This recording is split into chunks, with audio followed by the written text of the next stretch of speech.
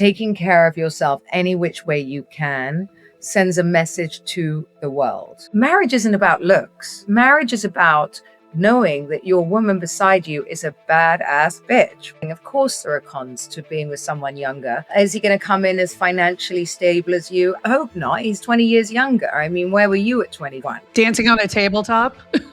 I have girlfriends that are married to extremely successful, much older men. And, for me, they live in a gilded cage. If I knew then what I know now, I wish I'd left years before. Every day that passes is a day that you could have been doing something different. I'm a walking advertisement for taking the leap of faith. If you're in an uncomfortable position or you don't feel this is the right time, that's exactly the right time. That is exactly the right time to take the leap.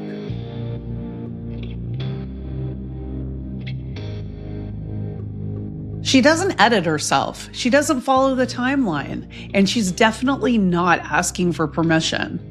From navigating divorce in her 40s to building a life on her own terms, relationships, beauty, business, all of it, Caroline Stanbury has never really played by the rules. And that's exactly why people can't look away. She's built a life that looks effortless on the outside, but today we're getting into what that actually takes.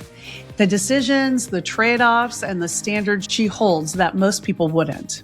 This is a conversation about control, reinvention, and what it really means to live unapologetically without performing it. So if you're someone who's questioning what's next or just done playing small, this one's for you. I'm Roxy Manning, and this is the Iconic Midlife. Welcome to the show, Caroline. Welcome to the Iconic Midlife, Caroline. How are you today? Well, I'm turning 50 next week, so you really got me at the midlife. I wanted to hit it hard, right at the right time. Happy early birthday. How are you feeling going into this new year? Mixed emotions. I was really excited because I was having one hell of a birthday bash, and then obviously the war broke out and I canceled everything. So I'm now hiding from the world, and I'm off actually with my husband, just the two of us, and we're off to the Maldives to go and lie on a beach and hide from everyone because I want my 50th to be like a second wedding. So everyone keeps saying, can we pop over and see you? And I'm saying no. So I'm leaving the country. How about that? Oh, that's the best way to do it. You go, you travel, you come back, and you turn 50, and there you are. You're back into life. It's funny. When I turned 50, I felt like it happened last year. And I felt like that was a big year of change for me. There was a lot of shedding of the old, embracing new paths and doing different things. I basically trying out different things than I had before. What do you think 50 will bring for you? Do you think it's going to be a year of change? Do you think you're going to stay the course where you are now? Do you ever do a life audit and kind of, look through things and see what's working and what isn't? All the time. I think that's called growth. And weirdly, I don't know, I do these women's retreats. Just as much as the women grow on them, I do too, because I think it kicks you into action. You have to have a good, hard look at yourself. I also think this year has already started off like that. I've got rid of a lot of dead weight, people that, suck my energy. I'm building in Bali now. We've got all the big diggers on site, which is really, really fun. And I've gone into business with friends, which I said I would never do. And let me tell you, I'm having the best time. I built a hair salon. I'm building a community. I'm building the retreat. It's just been so much fun. I didn't know business could be this fun because I think when I had Gift Library, it was so stressful. And I'm working with people that I really want to be around. So I think that's the biggest change for myself. I think I'm now rewritten my life exactly how I want it. I spend the time with the people I want to spend time with, and that's it. And I'm really happy. It sounds like it's more intentional now. And that's how it feels for me too. It feels more intentional now than it ever has before. How have you become more intentional? I think I'm intentional in everything. If I look at all the things I'm building, it's kind of it's a circle. It's it's all based on wellness. It's all based on feeling good, having an experience, and everything I'm about is experiencing new things in life and also just creating this very soft but powerful life, if you get what I mean. Like, I have beautiful things, I go on beautiful trips, but I'm not looking to be the next Emma Grede in, New York Times Square and like chase, which I was when I was in my 20s and 30s. That's all I wanted to do, was the hustle. And I think now I'm just like, I'm seeing that if I build that, this will pay for it. This will do this, that will do that. And I can just sit back and enjoy my life with, what I've built, and enjoy the fruits of my labor and enjoy my next chapter with my husband. And I think Sergio's being a big part of that because, I think the biggest flex a woman can have is choosing a man that wants to go on that journey with her today, because it's becoming harder and harder to find a man that really embraces his wife's journey or the journey they're on together as a team. What feels different to you, or what are you doing differently than maybe you didn't do in your first marriage? Like, what are the lessons that you kind of took from number one to number two? Well, I feel like the first time round, I always say it's a bit like musical chairs. I think, when you come from a society where you're meant to be married in your early 20s, if you're not, you're over the hill. So everybody's sort of, I always equate it to, like musical chairs, quick, the next good one's gone. And that's just not so. There is no panic. And I would urge anyone to think long and hard before you get married about the type of man you want. And how can you possibly choose the man you want when you've just come out of school, essentially? So, you don't know yourself. And I think knowing now what I know, look, my ex-husband is a great business partner for me, but, ultimately, I think we were both very driven to build our careers at that point. I think, I had 80 something employees. He was, working in a big hedge fund. I think we were competitive. I think we were both tired. We didn't have time for each other. Neither of us was interested in the other one's business, really. I didn't want to get home and talk about a hedge fund, and I'm sure he didn't want to get home and talk about my stuff. So I think the difference this time round is Sergio came in to my world and said, look, I'm just going to embrace it, because he was so young. He was 24 years old at the time. He just was so on board with everything I was doing. Look, he's managed to make it his own, by the way.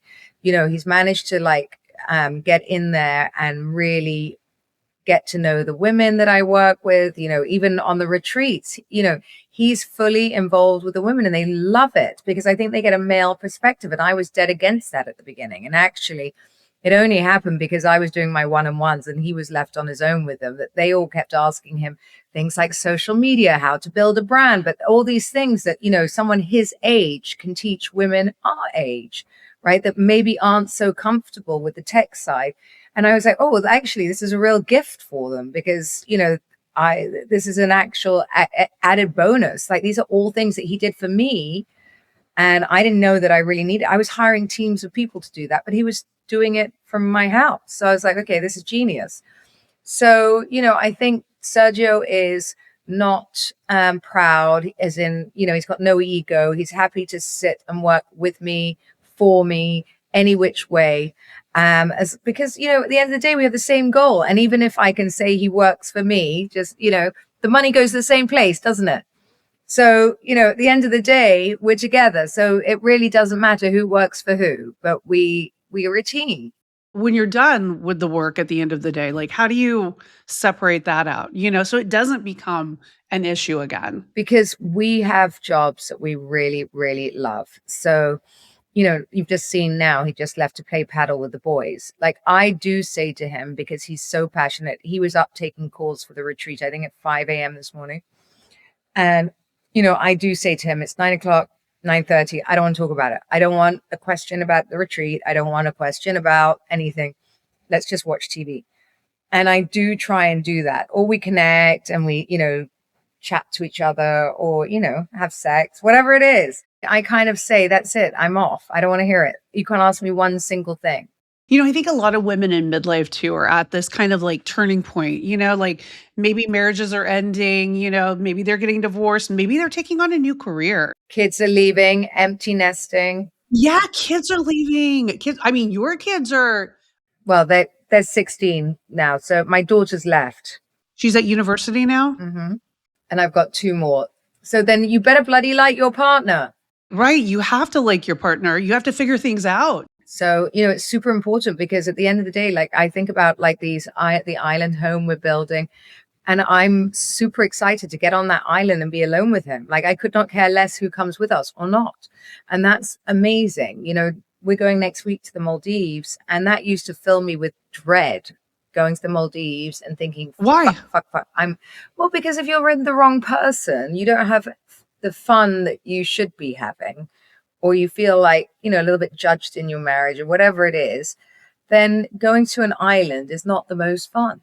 But if you have you have a partner who you have fun with and run around the bedroom and giggle with, and, Sergio's naked from the moment he enters that villa, we're having so much fun.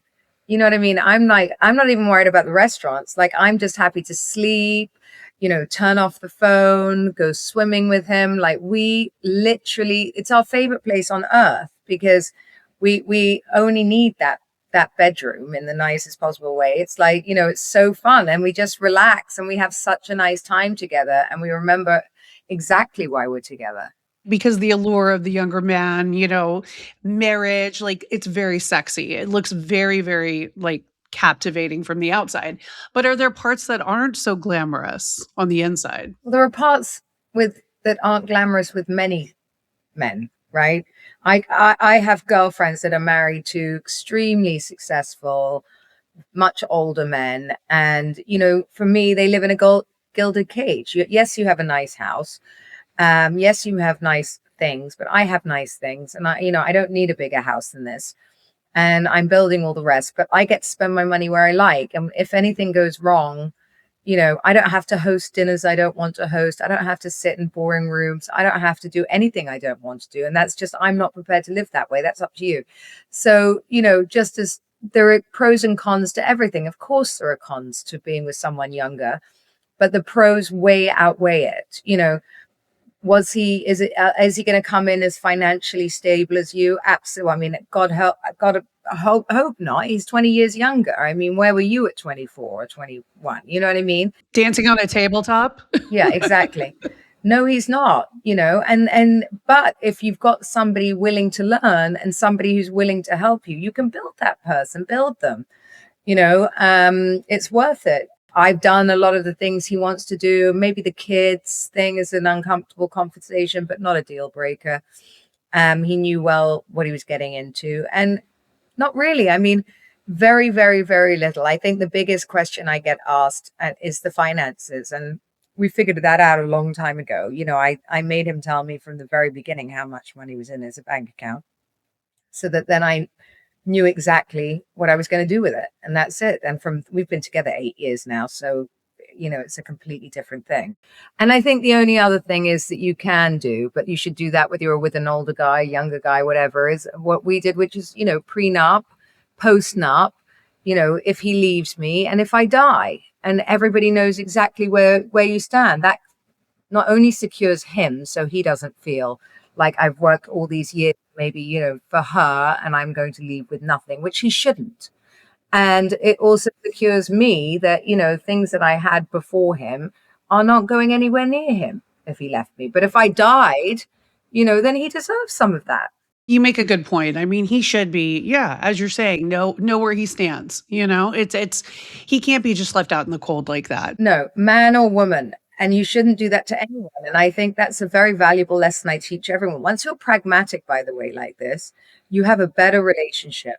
You have a really good relationship. If you can't discuss those kind of things with your partner, then that is not a partnership. That is somebody who would cut you dry in a second. In a second. Every new asset I get or we build, I think about him and what, how we distribute it and how it's going to be with my kids. I don't want to even leave my kids in a bad position that they have to fight with him or anything like that, that everybody understands where they stand and what they get. Yes, absolutely. And you are working on so many things. You've got businesses galore. Congratulations on all your success. Thank you. I think, my daughter always says I'm like a caricature. And she said, what's mum's new hair brain scheme? But let me tell you, now all my hair brain schemes have come to fruition. Everyone's not laughing so hard anymore. Right. You have to do it. If you don't do it, how would you ever know if it works or not? I mean, that's the thing. I feel like people get so stuck. They're like, I can't make that move, to kind of step out of the box and try it. Who cares if it fails? Like, you learn more from failure anyway. 100%. I failed a million times. I wasn't expecting the hair salon. I mean, the hair salon I just did because my hairstylist asked me to do it, and she's amazing. But we are even with a war on, packed. I'm not even going to tell you the numbers it's doing, and it's nuts. I had no idea. So some things are things that you throw at throw a dart at the wall and hope it sticks. They stick. One of the things you're doing that sticks is creating a peptide line. You're creating a peptide. Well, I'm trying to. They're not that easy to sell. What is your peptide? Is it because you weren't finding things in the marketplace that you wanted? No, gosh, no. We wanted to do my current doctor now in LA. He and I wanted to pair up and do one together. So it's just not been as easy as I thought it was going to be to get them across into Dubai or into the UK. So we're just discussing logistics of it, and also because peptides I think have to be prescribed, which is another hurdle. But I'll turn it into liquid form, which I'm going to try. But peptides I think are one of the greatest tools a woman can have. It changed my skin, my health, my vitality, the way I feel, everything. So one of the peptides you were really honest about, which I appreciated, which also our common friend Tracy has been very transparent about, which I think is really important. Women should know what we're doing. Tracy and I have the same doctor. Oh, you do? Is it Chris? Chris Sandra? Yeah. He was just on my show as well. He's great, isn't he? Yes. Amazing. But I love the transparency of it. It's like women should know what's happening. It's not a good night's sleep and it's not drinking more water. We're doing things that they're invasive. They can be invasive. Tracy and I had facelifts. So that's a big change, and we were very public with ours, but I think 76 million people saw mine. So I think that of course, I have a podcast too, so I definitely tell women all the time, I didn't just wake up like this. This is not how a 50-year-old woman normally looks. And I do lasers. My skin's amazing right now. It's not. I'm in the middle of another one, but I do lasers. I do at the facelift. I do peptides. All of it together is what keeps you looking young. I was really appreciative when you talked about being on the GLP-1, because I actually just started the GLP-1 as well. Congratulations. It's been a little rough. It's a little nauseating at the beginning. But yeah, no, I intend to do the same. Which one are you on? I'm on Wegovy. Oh, okay. So there's a new one now called Retta. That one is fantastic. I mean, I take it. I have it in my fridge if I put on too much weight. But right now I'm actually the smallest I've been in a long time. So because all my peptides kind of do. I have anti-inflammation. I have H10. I do all different types of peptides that kind of keep me small already. So just from the training I do and all of that. So I don't really.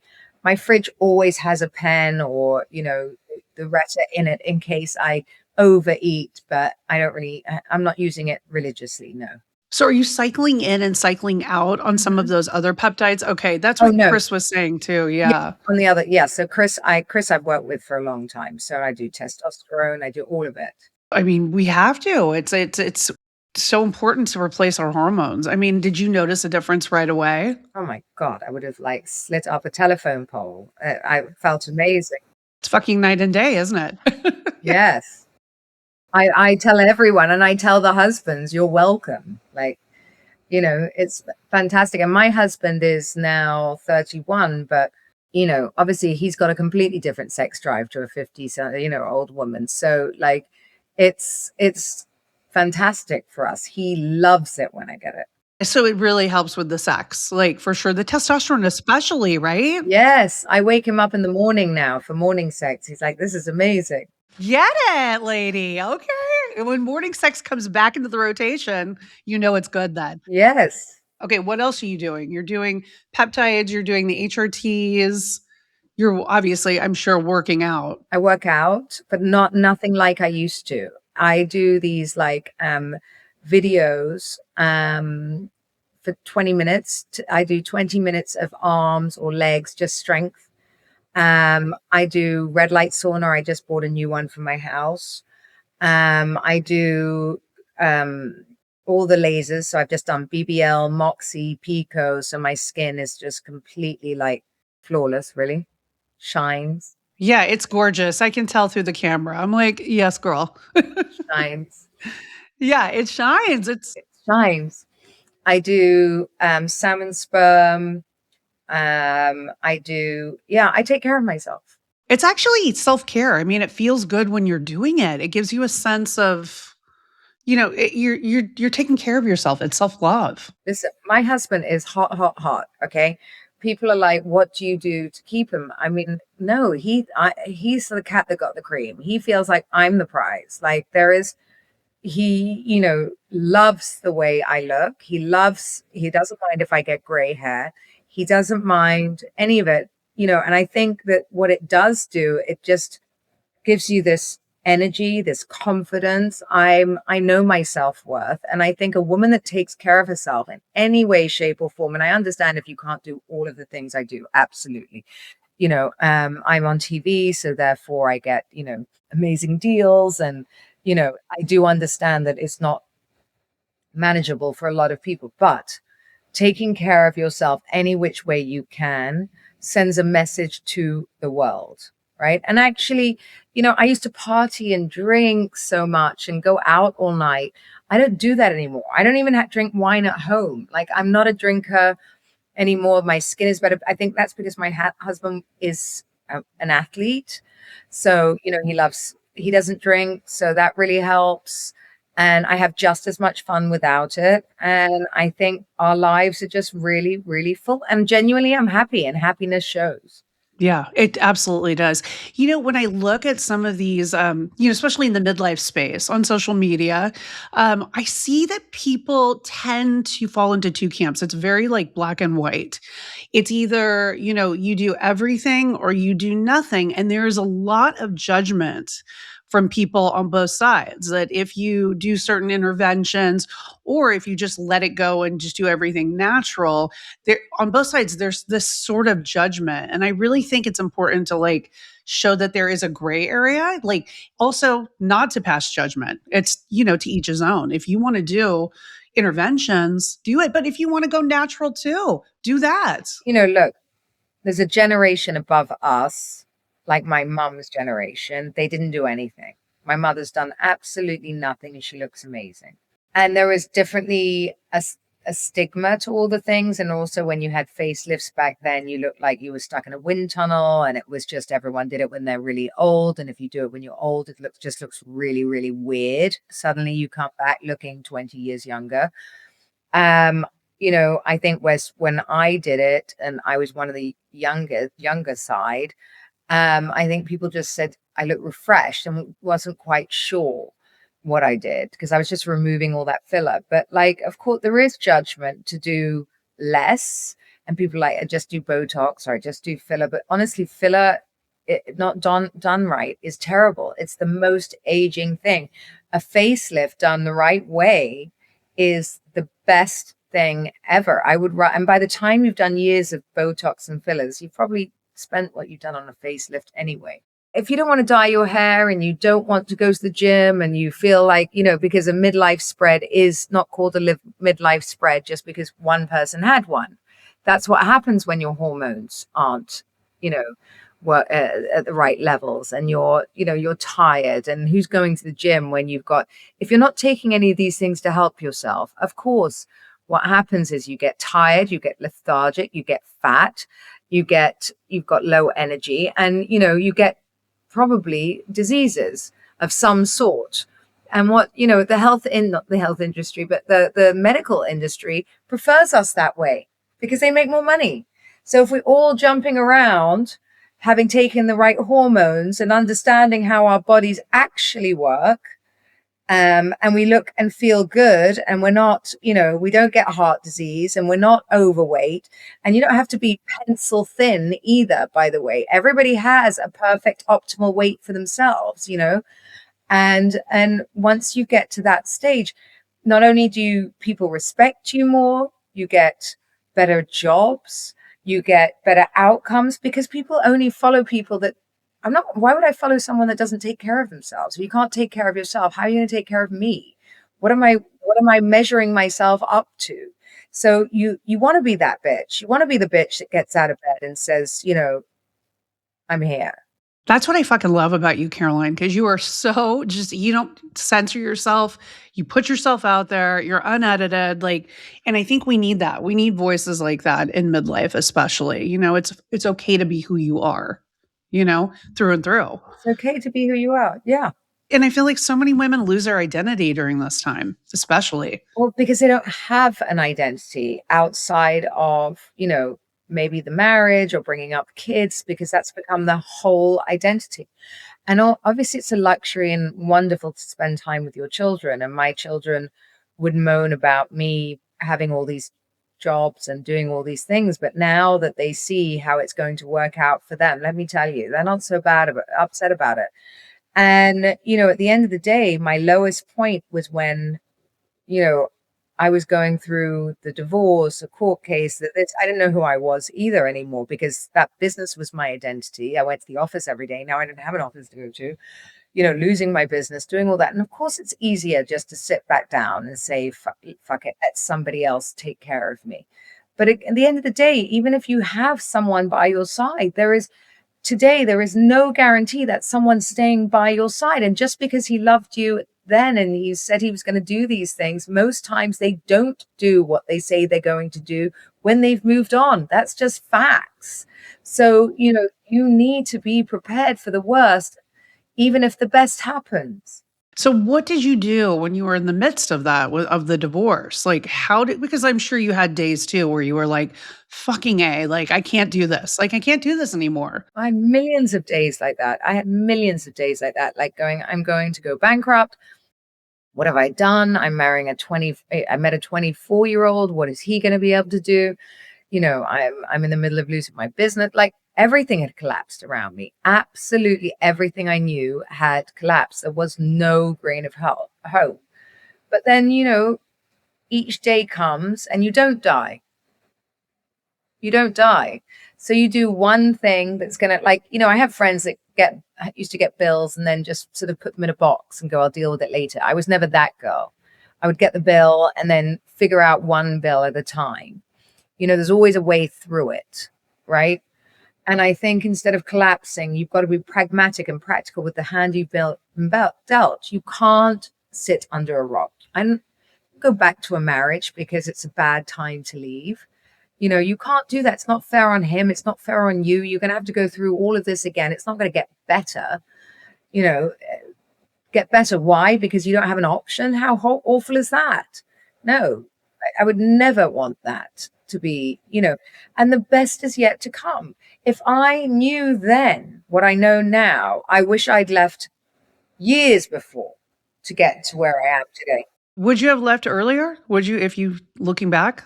I mean, most people think about it for at least, 3 years or whatever. We had been going through a rough spot, but I mean, I think you always everyone goes, it's not, the grass isn't greener, or it's not going to be that. And he's got a gorgeous girlfriend. So he's probably feel the same way. Like, it's just you're just prolonging the agony. You both know it's not going to work, but nobody wants to make that first move. Now, if I could I'm in a beautiful home with the man of my dreams, building my dream life, helping women, building communities. What is this life? What is this life? Every day that passes is a day that you could have been doing something different. But listen, I am a perfect walking example. And that's what I say to the ladies that do come on my retreat. I'm a walking advertisement for taking the leap of faith. If you're in an uncomfortable position or you don't feel this is the right time, that's exactly the right time. That is exactly the right time to take the leap. Being a public face, did that change your direction at all or like make you, not do maybe what you were going to do at the time? Or was that not even a consideration? Not even a consideration. I mean, being in public face is like just unfortunately in the middle of the chaos, just another chaotic thing. You just get a lot more opinions in your ear the way you're behaving. But at the end of the day, I did what I wanted anyway. I always have, always will. And I did the exact opposite of what every single person told me, which was marry my 24-year-old.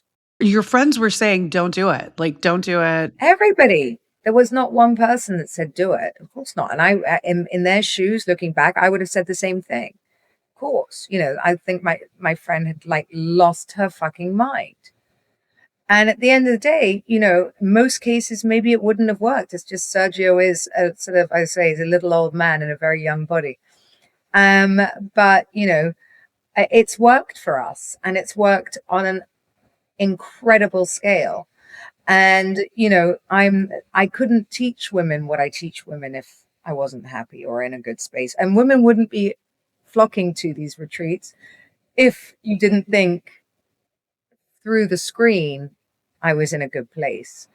And I think, good or bad, and so it's not even about the money in your bank account. It's about success is measured by the peace and the happiness in your heart. Really, that's it.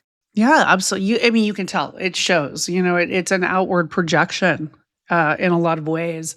But, going back to also money, I think money is also an interesting topic in midlife. But it's interesting with money now. I used to be like, okay, I need to have this designer bag. I need to have like this article of clothing, this car.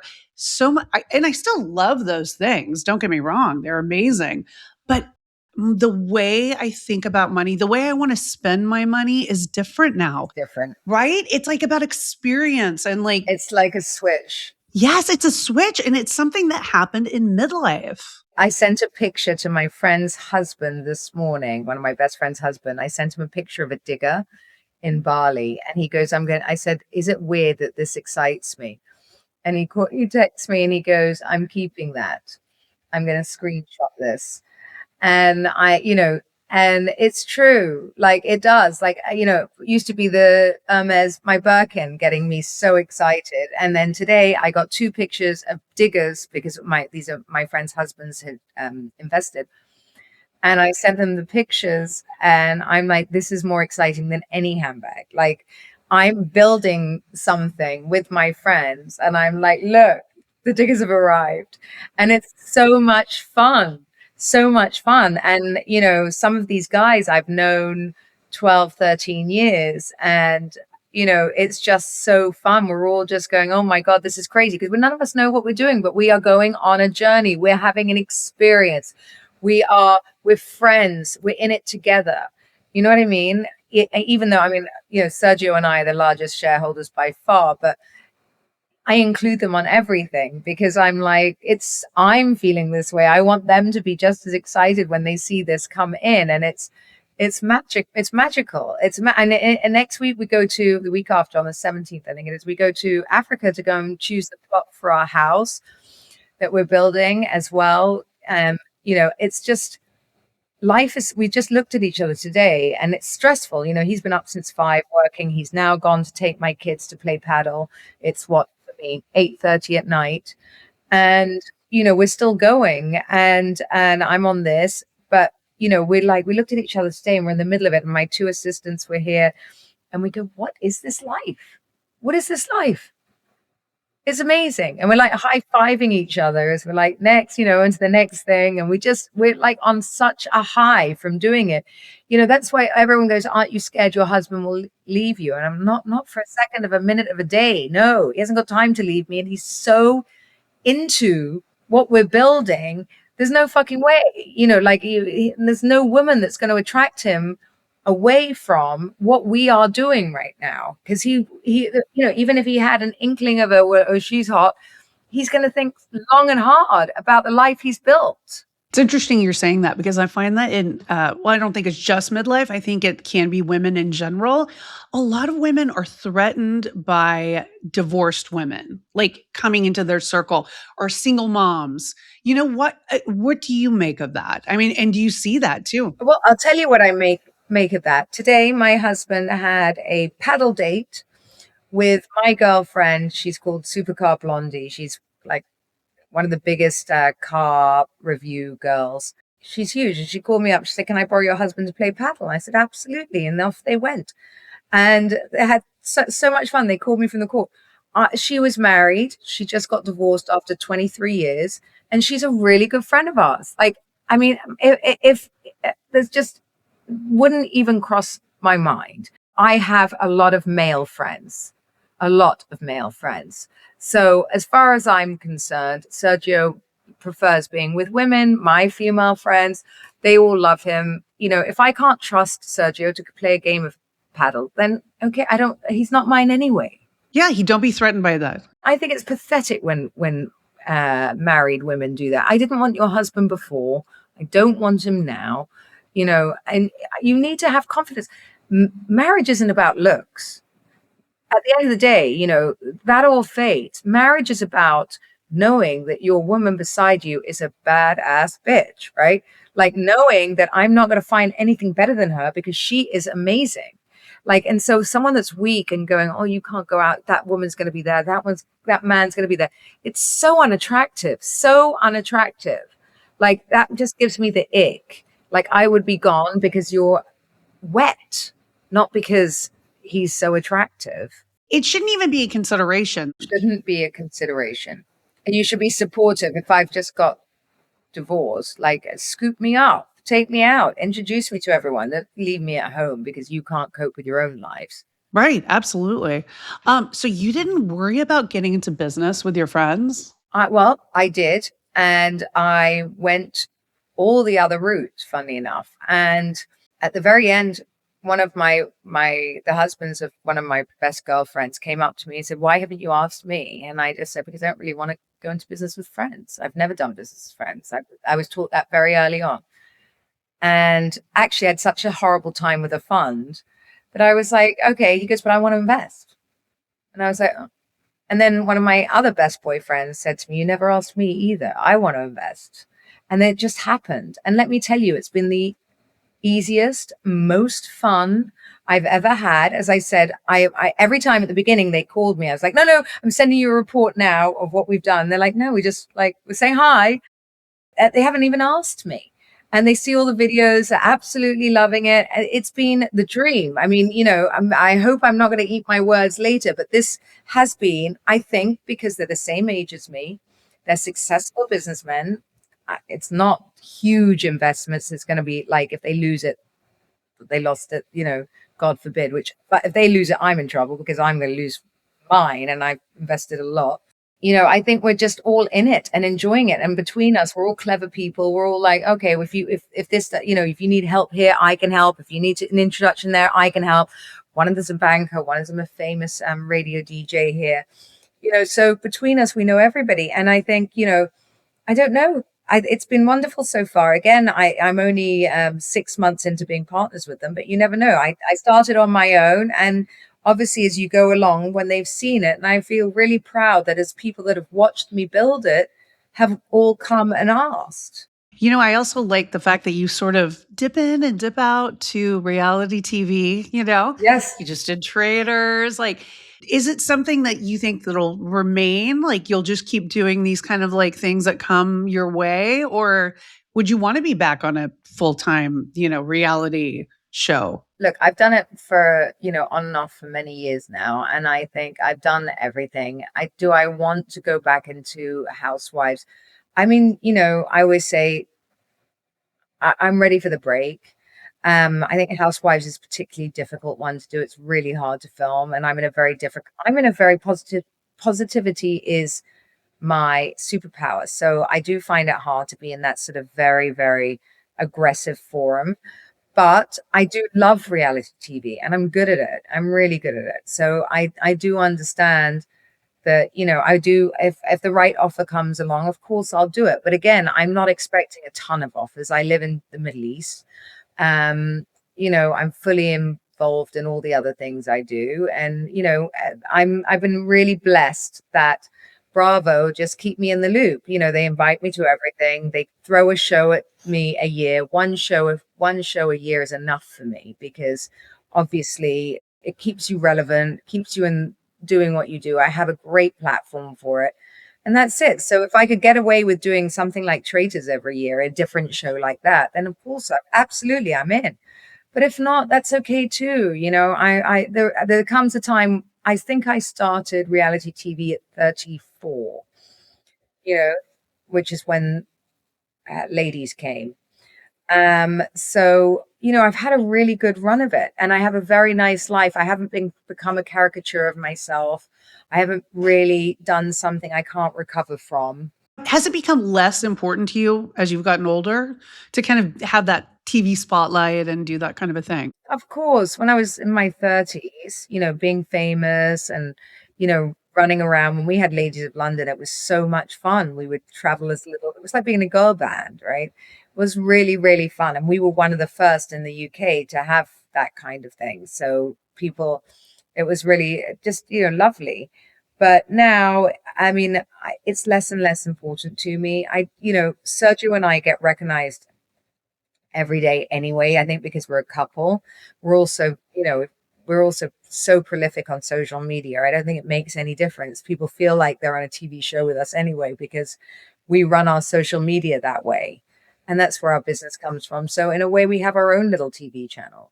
Yeah, you do. I mean, you get a peek into your life, like you're saying, through your podcasts, through your social media, because you're still in the spotlight per se, Yeah, but it's different. You control it. I control it. I forget that I'm famous here because, I've been in Dubai 12 years. I think it is now 12. Do you love it? Do you love it? I love it. I love it. So I'm well known here regardless, so people kind of leave me alone. Like they know who I am. And, so it's not that crazy thing of screaming, not like America where they go, bananas and run at you. Yeah, you were just in LA too, so you got a fair dose of the whole LA feel as well. Do you like coming here? I love coming to LA. Of course I do. Yeah, so nice. My best girlfriend's there and who I've been staying with since Ladies of London. So that's always fun. Yeah, so she's a sister to my best friend. She is. Yes. Yes, yes, I know. It's all in the family. So, a little birdie told me, maybe social media, that you're thinking about having a surrogate baby coming up. Is this true? Yes. We are thinking we have a little boy on ice, and it's just whether we pull the trigger or not. We're up and down because we love being the two of us. But Sergio is, dying for his own children, and I understand that. And he knows we've only got one shot. So I think he kind of feels maybe we try the one shot and see what happens. And if God wants him to have a baby, he'll have a baby. So, if anything is holding you back, what is it? Or if anything is like making you hesitate? For me, I feel like my kids are going to have kids, so we'll end up with grandchildren anyway. And I don't know if I have the patience at this age to do it, but then I do have a lot of patience because I've got essentially my husband is like having another teenager in the house because he's just so fun. So I've got three giant men that live with me now. So maybe I have a lot of patience. We have a very young house. We pump music through the house in the mornings. We have our coffee. I live a very young life with my two sons who are also taller than my husband. So, the whole house is filled with laughter and crazy. And as I said, they've all gone to paddle now. And last night we were on the beach together. So, maybe I could do it. I've got three dogs as well who are chaos. One's snoring under the table. But so, I just think that I want to wind down, but then I don't ever wind down. So maybe a baby is like, why not? Do you think you'd do it differently this time around? Well, I don't go to an office anymore, so that would be different. I have a lot of help here because we're in the Middle East. That's key.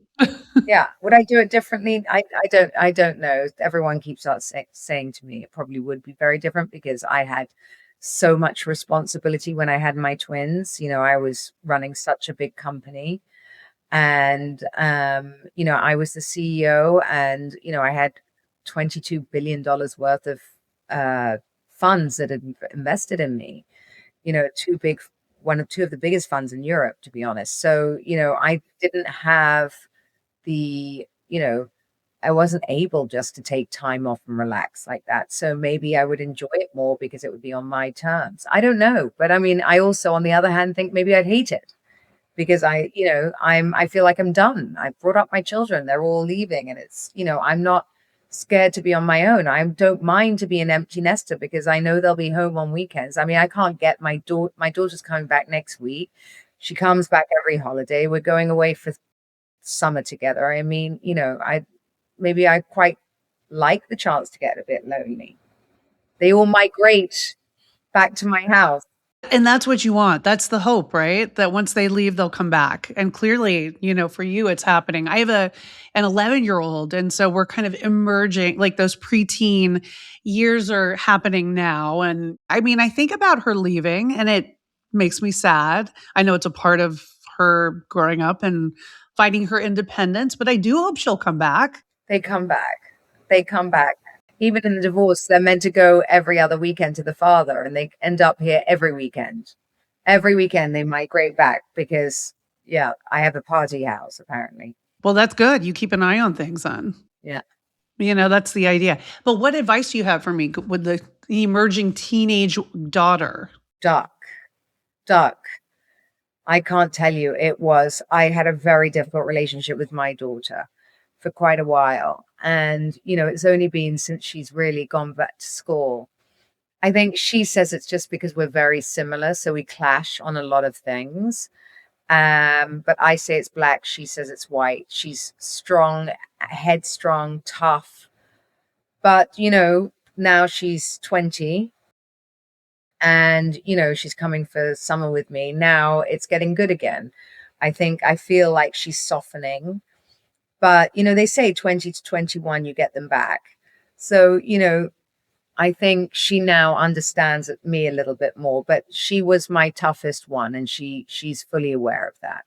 She is. But then you guys are going to come back and be best friends again. Yes, we will. And and that's it. And my sons are amazing. Every day even at 16, they tell me before we go to probably 20 times a day, they love me at least. Mom, I love you. Mom, I love you, all day long. That's amazing that they emote their feelings like that. I because a know. lot of boys don't. They don't. And even when their friends are here, they'll go, bye, Mom, love you, all the time. In front of the friends? In front of all their friends. Oh, okay, you did something right then. Yeah. Yeah. I'm shocked because I would never do that to my parents ever. So I don't know what I've done, but it's like the dream. And they always come in and cuddle me and give me love, or sit on my bed and sit with me and chat to me. They like, even when their friends are here, they come to my room and sit in my bed. It's so cute. That is so sweet. That's so sweet. And your husband seems to get along with them. Amazing. Yeah, really, really nice. The cohesiveness, that's like what you want, Yeah, that took a long time. That took a while. So there was like growing pains and a little bit of like up and down. Yeah. It's never easy to blend a family, but I will say that now it is the dream. Now the boys love him. Yasmin and him had the biggest fights, I think, but now she is also amazing with him. So I can't complain at all. Oh, that's amazing. How are you living iconically right now? Oh, so many ways.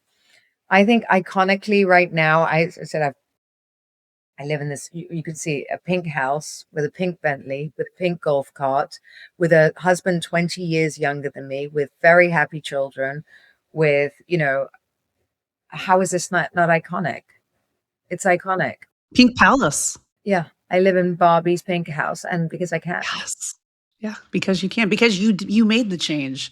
You did the uncomfortable step. Yeah. And that's sometimes all it takes. Like you just have to do it. You just have to make the step. Yep. The hardest thing is just to start. So what advice would you say to somebody listening right now that's scared to start? Start or come to one of my retreats and I'll kick you up the thing to start. Yes. By the way, those retreats look fucking amazing. Hello, Bali. They are. Which one is the next one coming up? Bali. Girl, you might be seeing me there. Oh, you should come. You meet amazing women. Amazing women. Yeah, who's going? What kind of women are going? Oh my goodness. We've had so many types. We had an amazing woman, two women from Beverly Hills. We've had three women from construction, divorcees. We've women that owns hotels. One woman was selling her business for $600 million. Like all walks of life, all walks. That's why you learn a lot from the other women in there too. And I think the connections you make within there, it's very powerful. When women get together. It's like a think tank. Yes, yes, yes. It's unstoppable. Unstoppable. Yes. And you got the podcast, which I'm obsessed with. It's so good. Thank you. Anybody exciting coming up for you? Oh gosh, I actually don't know. I don't have the schedule. Isn't that terrible? I'm sorry, I don't know. But actually, my favorite ones are just the rants about life. I think people love them. Just love hearing what everyday life is like. Yeah, no, absolutely. Definitely listen to her podcast. Obviously, everyone's already following you on social media, but if they aren't, go to Caroline Stanbury and follow her because I love your videos too. That 51 you posted, I was like, yes, lady. Yes, yes. You. You're already ready for it. You're ready to walk into this next decade. I'm ready. Thank you for having me. Oh, thank you so much, Caroline. Happy early birthday. It's been so wonderful chatting with you. And you. And you. Oh, the best. The best. We'll have to get together when you come to LA. Yes. Thank you. Thank you. I love it. There's something really powerful about knowing exactly who you are and not negotiating it. And whether people understand it or not, still choosing it anyway. That's what this is really about. Not perfection, not approval, just alignment. And if something in this conversation hit for you, don't sit on it. Share it, send it to a friend, text to someone who needs it, or post it and tag me, The Iconic Midlife. And if you haven't already, make sure you're following The Iconic Midlife wherever you get your podcasts so you don't miss what's coming next. We've got some incredible conversations ahead because midlife isn't about fading out. It's about stepping into exactly who you are. Unfiltered, unapologetic, and built for a midlife that doesn't ask for permission.